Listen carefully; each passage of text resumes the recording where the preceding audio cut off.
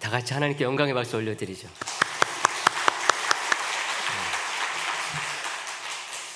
오늘은 어린이 주일입니다.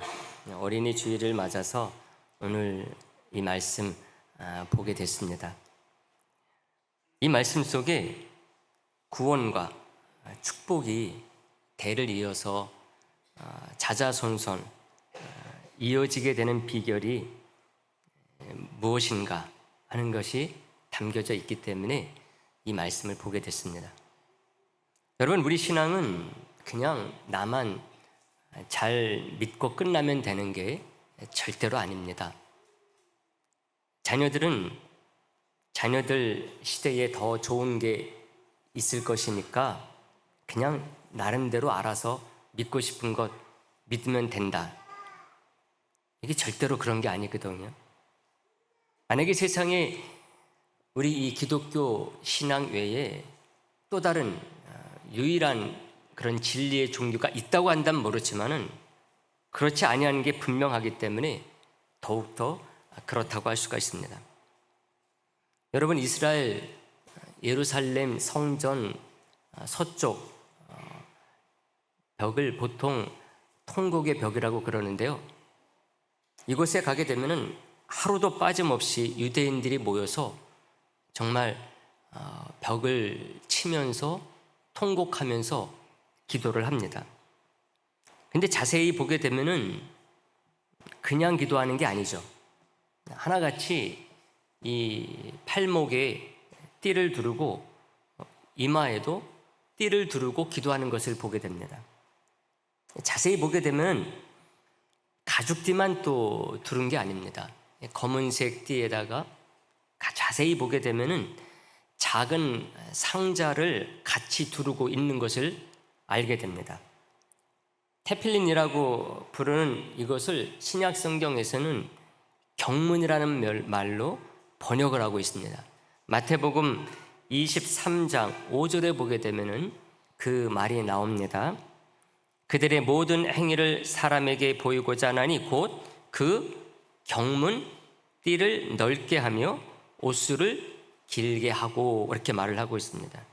바로 여기서 나오는 이 경문이 테필린이라고 부르는 그 띠와 상자를 말하는 것이죠. 이것이 발달하는 가운데 띠만 두르지 아니하고 이렇게 상자, 작은 각을 같이 두르고 있는 겁니다. 이 각에는 뭐가 들어있는가 하면은 성경 말씀이 들어있어요. 물론 이제 성경 말씀 다 들어있는 게 아니긴 합니다. 이스라엘 사람들, 유대인들이 이렇게 하기 시작한 것, 바로 모세 때문에 이렇게 하기 시작한 것이라고 할 수가 있습니다.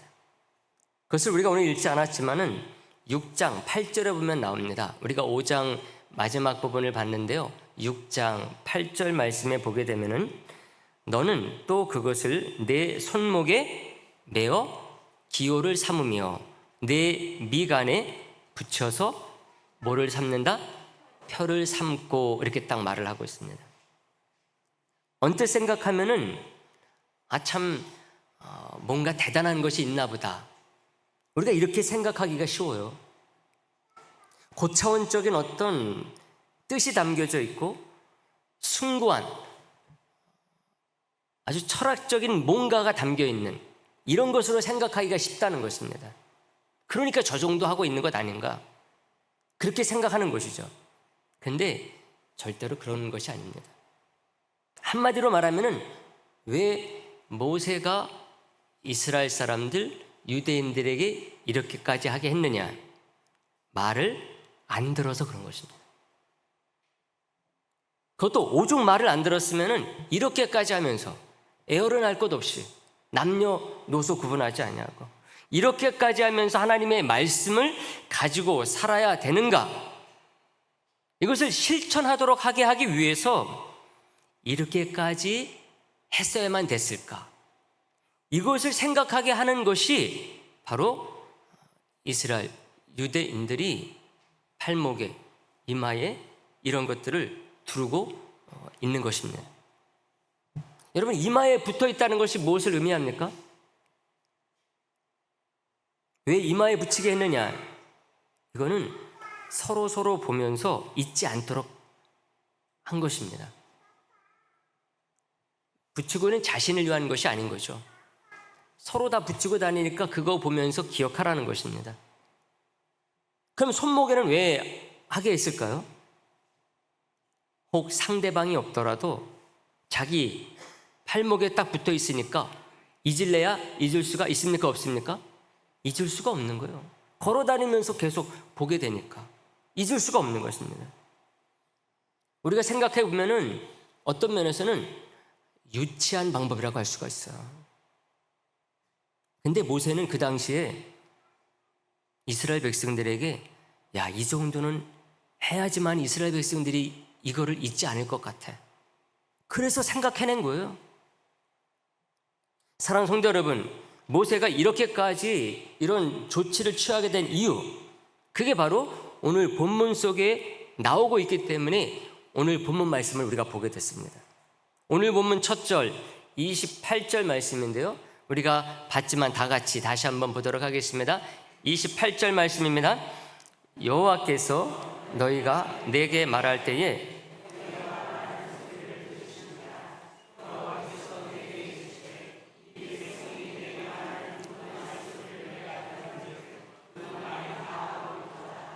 아멘.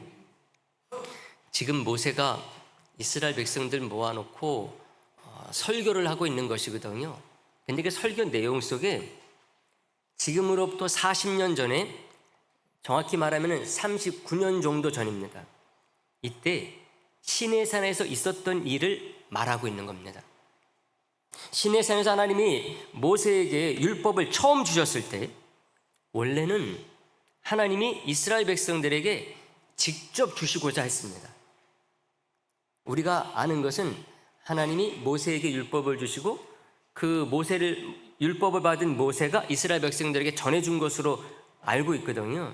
근데 원래는 하나님이 이스라엘 백성들 모아놓고 직접 그 율법을 주시고자 했다는 것입니다. 근데 왜 모세를 통해서 주게 됐느냐?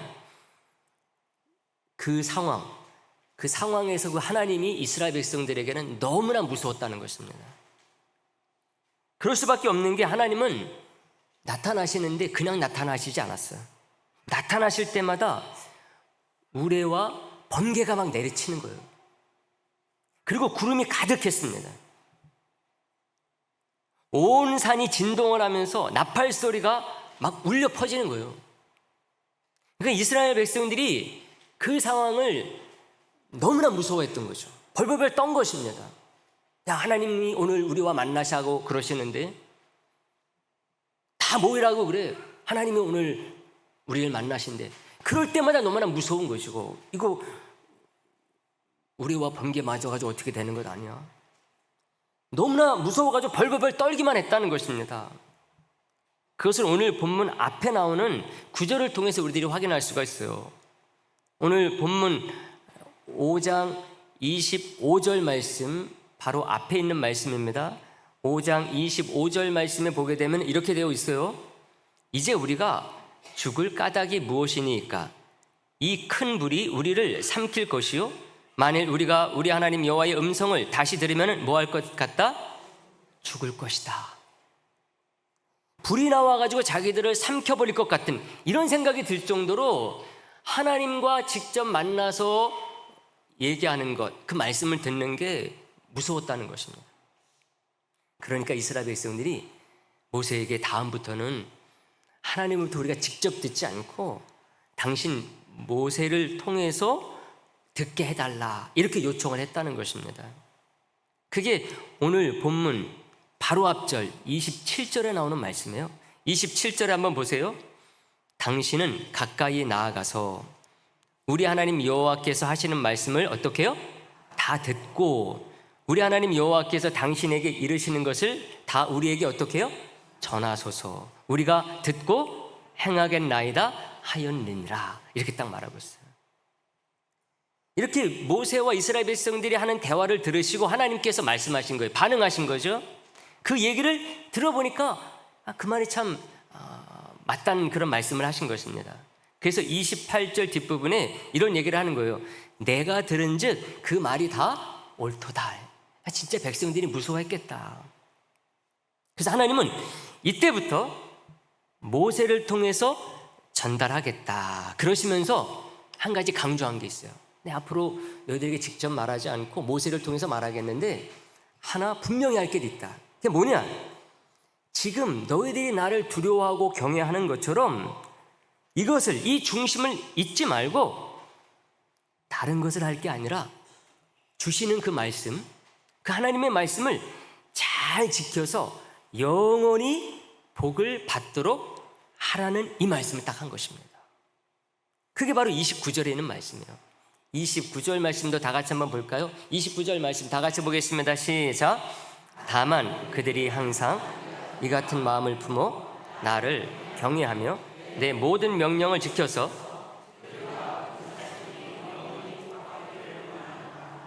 아멘. 항상 이 같은 마음을 품어, 이 말이 뭡니까? 지금 너희들이 나를 두려워하고 경외하는 것처럼 이 마음 잊지 말라는 거죠. 그 마음을 가지고서 항상 경외하고 하나님께서 말씀하시는 하나님의 말씀, 그 율법, 이것을 지켜서 자손들이 계속해서 복받도록 하라는 것입니다. 다시 말하면 자손들이 대를 이어서 복받기 위해서는 뭐를 해야 된다? 하나님의 말씀을 지키는 게 있어야 된다는 거죠.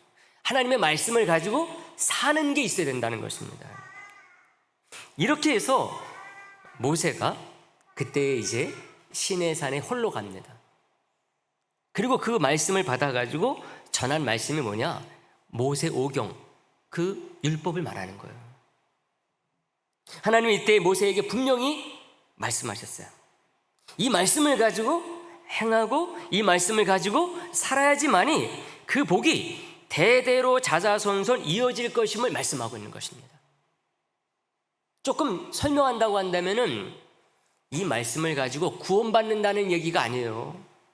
이 말씀을 자손에게 물려줘서 그 자손들이 대를 이어서 물려받아 그 말씀대로 살 때의 그 말씀의 능력, 그 말씀 자체가 하나님의 살아있는 생명의 말씀이요, 정말 우주 만물을 만드신 하나님께서 말씀하신 그것이기 때문에 그 말씀 속에 가지고 살면은 그 삶 속에서 복이 이루어지는 비밀이 그 속에 담겨져 있다는 것을 말하고 있는 것입니다.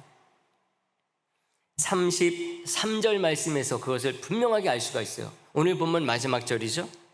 너희 하나님 여호와께서 너희에게 명령하신 모든 도를 행하라. 그리하면 너희가 어떻게 해요?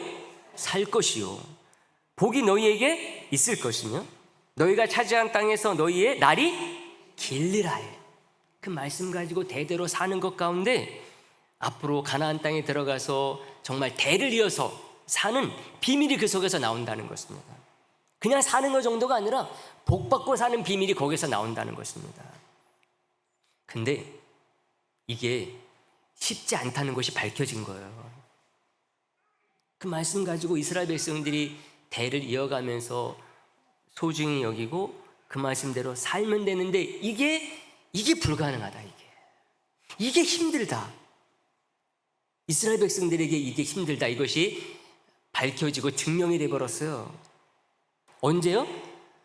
광야에서 40년 동안. 모세는 그 이후 40년간 광야에서 있으면서 이 문제가 간단한 문제가 아님을 알게 된 것입니다. 하다못해 이스라엘 백성들 한 번 불신앙함으로 말미암아서 하루를 1년으로 계산해서 40년을 광야에서 방황하게 된 것입니다. 그러니 모세는 이제 죽음을 앞두고 40년이 지나가지고 이제 모세가 하나님 앞에 부름을 받아 죽을 때가 됐어요. 그리고 이스라엘 백성들이 요단강을 건너가면 가나안입니다.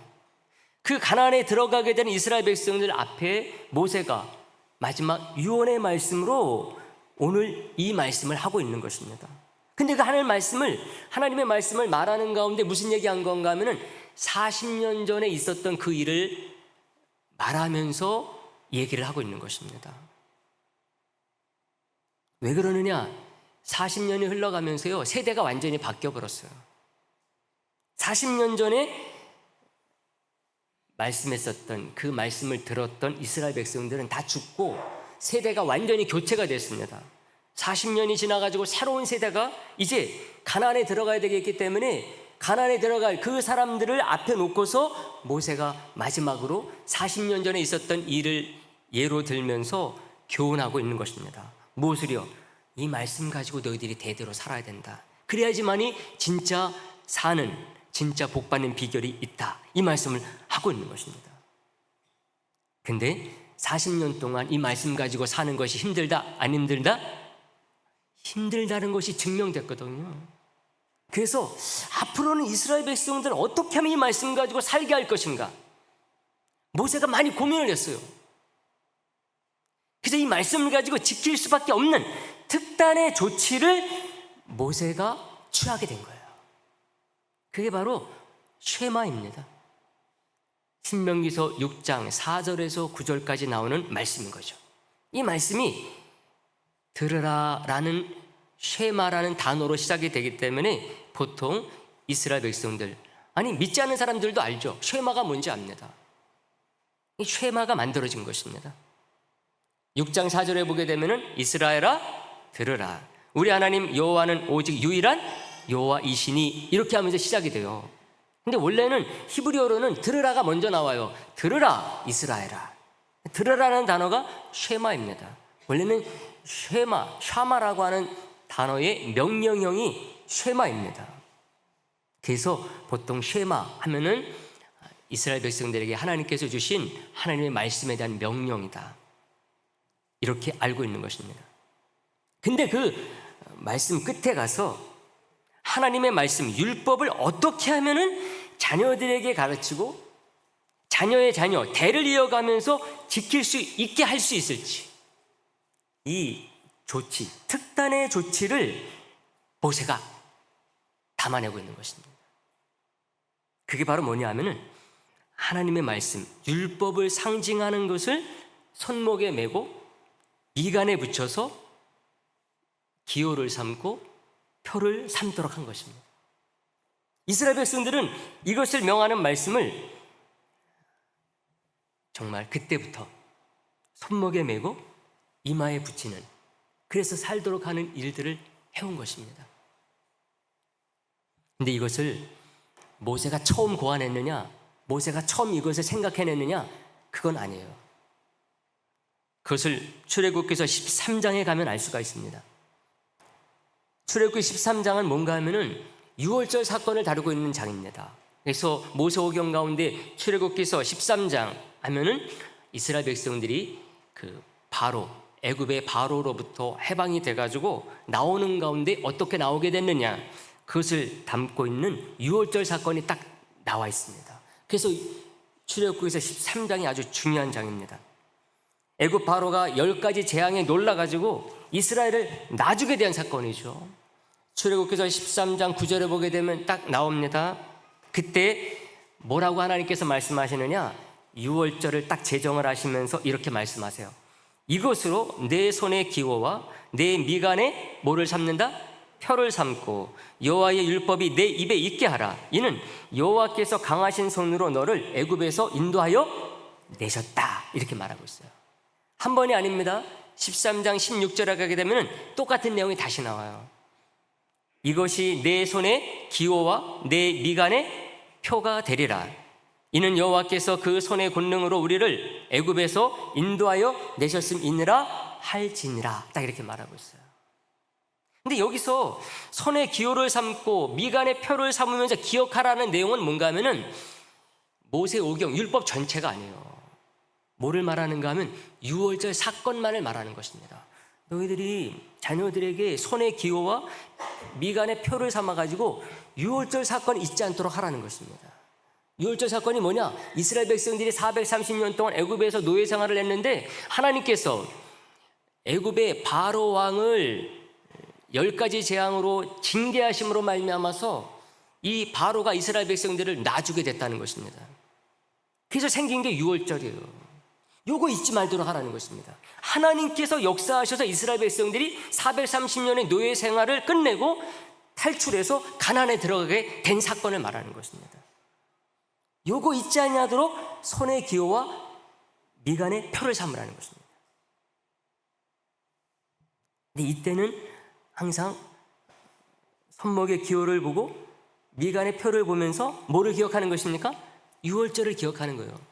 그러니까 이때만 해도 이스라엘 백성들은 아마 유월절 때만 이스라엘 백성들이 손에 기호를 새기고 미간에 표를 새겨가지고 아마 기억을 했을 것입니다.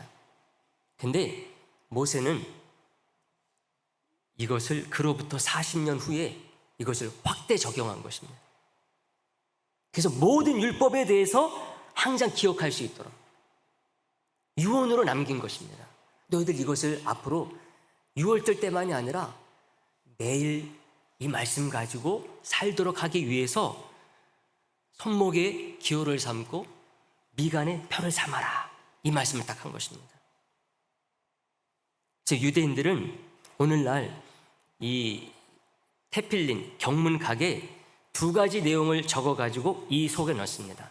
이 경문각이 작잖아요. 작으니까 성경 말씀을 많이 적어서 넣을 수가 없어요. 근데 뭐는 딱 적어서 넣는가 하면 두 가지를 적습니다. 출애굽기서 13장의 말씀이에요. 뭐를 기억하라? 유월절 기억하라. 출애굽기서 13장 말씀을 거기에 딱 집어넣습니다. 그리고 또 하나, 하나님의 말씀, 율법 전체를 의미하는 신명기서 6장 4절에서 9절 말씀을 그 속에 적어서 딱 넣는 거죠. 두 가지가 된 거죠. 원래는 하나님께서 유월절만 기억하도록 출애굽기서 13장만 적어서 넣으면 되는데 그러지 아니하고 모세가 이거 아니야, 모든 이스라엘 백성들이 매일 그래야지만 이 말씀이 있지 않아. 그래서 모세로 말미암아서 두 가지가 거기에 적어서 기억을 할 수 있도록 하게 된 것입니다. 사랑하는 성도 여러분, 제가 왜 오늘 이런 얘기를 자세하게 말씀을 드립니까, 여러분? 어린이 주일을 우리가 보내면서요, 저와 여러분들이 깊이 좀 생각해 봤으면 좋겠어요. 여러분, 우리 자녀들에게 우리가 줄 수 있는 가장 큰 선물이 뭐라고 생각하십니까, 여러분? 어린이날, 어린이 주일 여러분들이 자녀들에게 무슨 선물했습니까? 놀이공원에 데려가고 장난감 사주고 용돈 지어주는 것입니까, 여러분? 아니면 여러분, 세상에 제일 좋은 최고의 교육을 내가 시켜줘야지, 이것이 자녀들에게 줄 수 있는 가장 큰 선물입니까, 여러분? 오늘날 그러지 않습니까? 특히 돈 있는 그런 부모들, 정말 우리가 상상할 수 없는 그런 교육들을 자녀에게 시킵니다. 이게 자녀들에게 줄 수 있는 최고의 선물일까요? 그렇지 않습니다. 다른 게 최고의 선물이요, 최우선적인 선물이 아닙니다. 바로 우리의 신앙을 잘 물려주는 것이라고 하는 거죠. 저 여러분들 꼭 믿을 수 있게 되기를 간절히 소망합니다. 이것은 정말 우리 자녀들에게 줄 수 있는 최고의 선물이요, 그리고 또 그 선물도 최우선적인 선물이어야 됨을 저 여러분들이 꼭 기억할 수 있게 되기를 간절히 소망을 하겠습니다. 우리 자녀들이 어리고 우리가 젊다 할지라도요, 우리가 언제 우리 자녀들과 헤어질지 모르는 것입니다. 그러니 이것이 최우선적인 일이 되어야 된다고 하는 것입니다. 그런데 여러분, 이것이 쉽냐? 이거 쉽지가 않아요. 여러 가지 이유들로 쉽지가 않아요. 여러분, 왜 하나님이 모세에게 이 말씀을 지키게 하라 말씀하셨습니까? 보통 우리들이 하나님의 말씀을 가지고 지켜 행하고 실천하는 사람이 되야 되는 이유가 어디에 있느냐? 성경을 가지고서 몇 가지 얘기할 수가 있어요. 예수님께서 말씀하셨거든요. 이 말씀 가지고 너희들이 잘 살아야 돼. 왜 그러느냐? 예수님께서는 이런 식으로 말씀하셨어요. 세상 믿지 않는 사람들에게 본이 되어야 되겠기 때문에 그렇다, 이렇게 말씀했어요. 마태복음 5장 16절을 보게 되면 그 말씀이 나옵니다. 우리가 화면에 나오니까 다 같이 한번 보도록 할까요? 다 같이 보겠습니다. 이같이 너희 빛이 사람 앞에 비치게 하여 그들로 너희 착한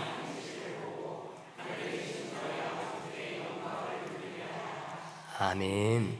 우리 하나님 말씀 가지고 본을 보여야 된다는 것입니다.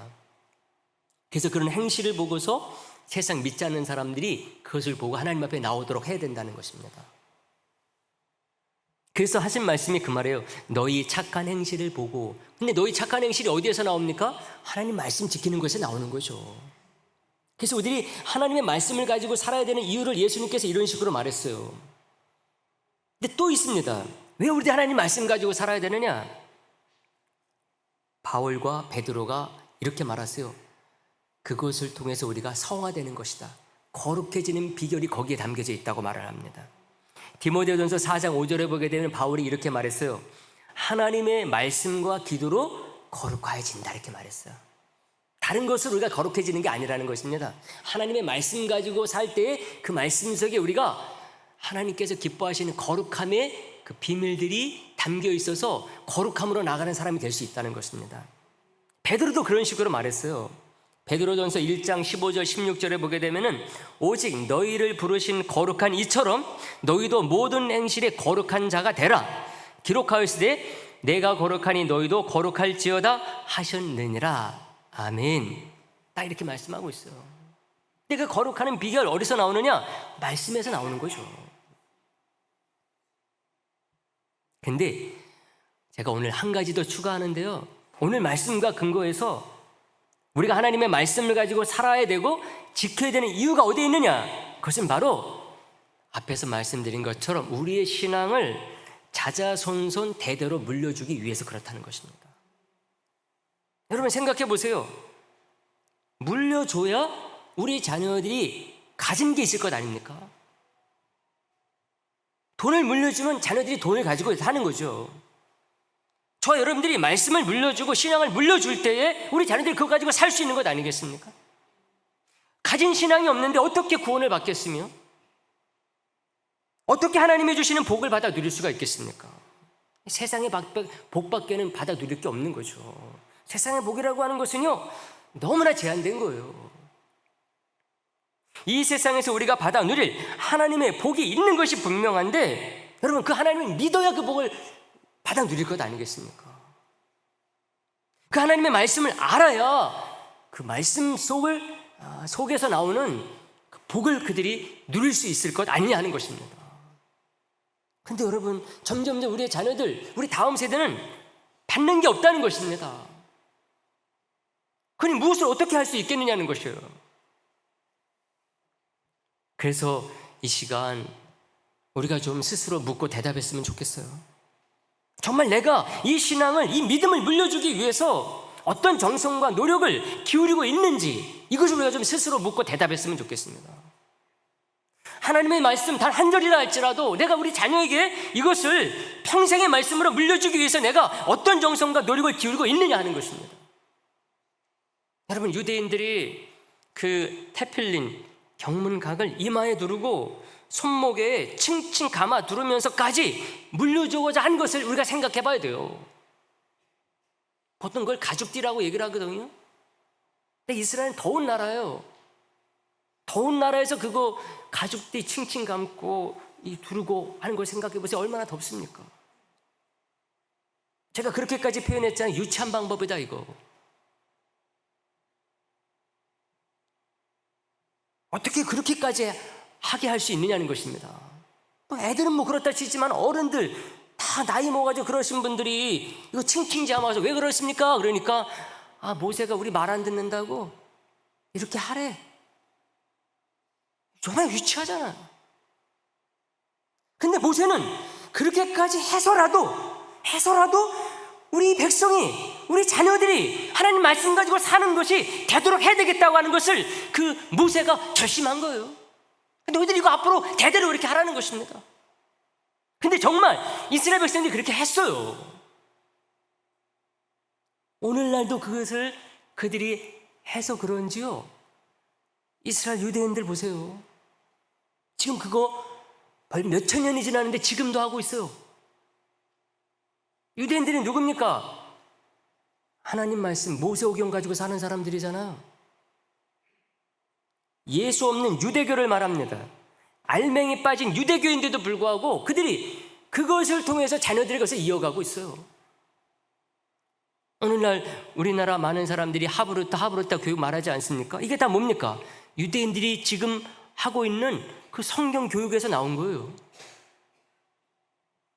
얼마나 놀랐습니까, 여러분? 그렇다고 한다면 우리는 얼마나 더 해야 되겠습니까? 우리는 알맹이 빠진 유대교 같은 그런 종교가 아니에요. 그보다 더 고차원적이고 더 교육적이고 더 교양 있는 방법, 만약에 여러분들이 생각할 수 있다고 한다면 그거 하시면 돼요. 근데 그런 고차원적인 더 교육적인 방법, 더 교양 있는 방법 사람들에게 말하면은 야, 나도 해야지, 이런 방법을 우리가 생각할 수 없다고 한다면 정말 유치한 방법이라도 우리가 찾아서 해야 되지 않겠느냐는 것입니다. 못하기 위해서 우리 자녀들이 대대로 내가 주고 없어진다 할지라도 우리 자녀들이 이 말씀 가지고 이 하나님의 이 신앙 가지고 살 수 있도록 하기 위해서 찾아서 하도록 해야 되지 않겠냐는 것입니다. 유대인들보다 우리가 나아야 되지 않겠습니까? 그들은 알맹이 없는 그런 유대교 가지고 신앙 사는데도 불구하고 그렇게 하고 있잖아요. 근데 우리는 알맹이 가지고 있는 사람들이니까 더욱더 그래야 되지 않겠냐는 것입니다. 사랑하는 성도 여러분, 우리가 매월 넷째 주간은 가정 예배 주간으로 우리가 정해서 시행하고 있지 않습니까? 우리 자녀가 있는 가정들은 정말 실천할 수 있기를 간절히 바랍니다. 여러분, 간곡히 부탁드려요. 요즘 가족 간의 대화가 단절된 가정들이 얼마나 많이 있습니까, 여러분? 대부분 맞벌이다 보니까요, 더욱더 그런 시대가 됐어요. 대화할 시간이 없는 거예요. 거기다가 요즘은 개인주의가 얼마나 심화됐습니까? 모두가 전부 다 혼자 하는 거예요, 다. 그러다 보니까 더욱더 그래요. 그러니까 이 대화가 안 될 수밖에 없는 거죠. 공감대를 형성할 수 있는 그런 대화 주제들이 없기 때문에 더욱더 그렇습니다. 형제끼리도 이 연년생인데도 불구하고 세대 차이가 나는 것이 요즘 시대라고 할 수가 있어요. 그래서 여러분들이 이 가정 예배를 통하여서 그런 게 심화되지 않도록 해야 됩니다. 또 우리 이제 자녀 나이 들어가지고 청소년, 청년 되고 또 결혼한 그런 자녀들 있으신 분들은 여러분들이 꼭 그렇게 하시기를 바랍니다. 집에 한번 들르게 되면 그냥 보내지 마시고 이렇게 식사할 때 우리 아버님이 됐든 어머님이 됐든 꼭 기도를 하세요. 간단히 가정 예배를 드리시면서 이렇게 식사를 하셔도 좋고, 어떤 때는 이벤트도 해도 좋습니다. 여러분, 우리 어린 자녀들 같은 경우는 맨날 예배하게 되면은 아직 주님을 만나지 못하다 보니까는 그게 지루할 수가 있거든요. 요즘 이벤트 할 게 얼마나 많이 있습니까, 여러분? 그래서 예배 시간이, 가정 예배 시간이 즐거운 시간이 될 수 있도록 할 수 있는 분들이 되기를 간절히 바랍니다. 자녀가 어릴수록 빨리 시행하는 게 좋습니다. 나이가 들수록 못해요. 지난 금요기도회 때도 제가 말씀을 드렸지만은 지금이 여러분, 자녀들을 혹 또 자녀가 아니라 할지라도 믿지 않는 분들을 믿음의 길로 인도하는 가장 좋은 때입니다. 여러분, 앞으로는 더 힘들어져요. 세상이 그렇게 변하고 있습니다. 왜 제가 지금이 가장 좋은 때다 말씀드리는지를 여러분들이 생각해 봐야 돼요. 옛날을 생각하게 되면은 우리가 옛날 너무나 전도하기 좋았는데 지금 전도하기 너무나 힘들어, 이렇게 생각할지 모르지만은요, 앞으로는 더 힘들기 때문에 지금이 가장 좋은 때예요. 지금이. 앞으로는 더 힘들어질 수밖에 없어요. 그래서 지금이 가장 좋은 때라는 것입니다. 지금 놓치면 앞으로는 더 힘들어요. 앞으로는 지금의 몇 배 정성을 쏟아야 됩니다.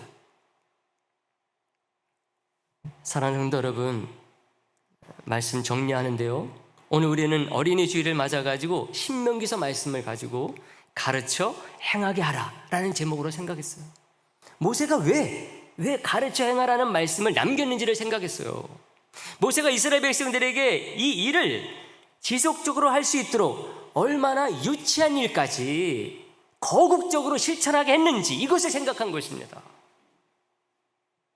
결국 이것이 오늘날 유대교를 통해서 이어지고 있는 거예요.